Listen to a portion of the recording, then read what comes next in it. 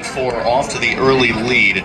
But the Brazilians an upward trajectory this year, trying to find speed, and now it's about finding that consistency. And then on the Monmouth side of things, head coach Scott Belford, when talking about this group, he said, these are our veterans, in quotation marks, because truly there's no four-year rowers just yet in this Monmouth program that is only in year number 3, but several members who are juniors and seniors. But this is the boat that set the foundation.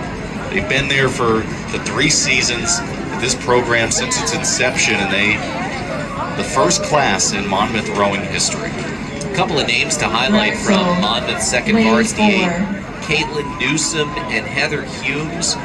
You know, they were both sophomore walk-ons in the initial year of competition for Monmouth, and they've contributed so much to the speed of the young program, but also the culture and the chemistry. And Scott Belford said we're really lucky to have found them on our campus and be able to integrate them into the team and have them imprint their own fabric on the team. So they might not have a traditional 4-year senior that's part of this group, but those two in particular, Humes and Newsom, so important for building this program and trying to get Monmouth launched off the ground here at these CAA championships in the last couple of years as well.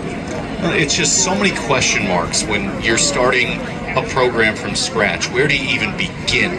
So many things to factor in. How do you want to go ahead and build a program? How do you want to build a culture? And it starts with recruiting, obviously, of trying to lay the foundation there, but really to hit the jackpot with a walk-on who was already on campus before the rowing program existed, who has meant so much, is just incredible and a big step forward. And Scott Belford has lucked out in a big way to be able to build the program that he wants, the culture that he wants, with a walk-on who has meant so much. On pace for a 7-minute trip down the river for Delaware as we hit the halfway point.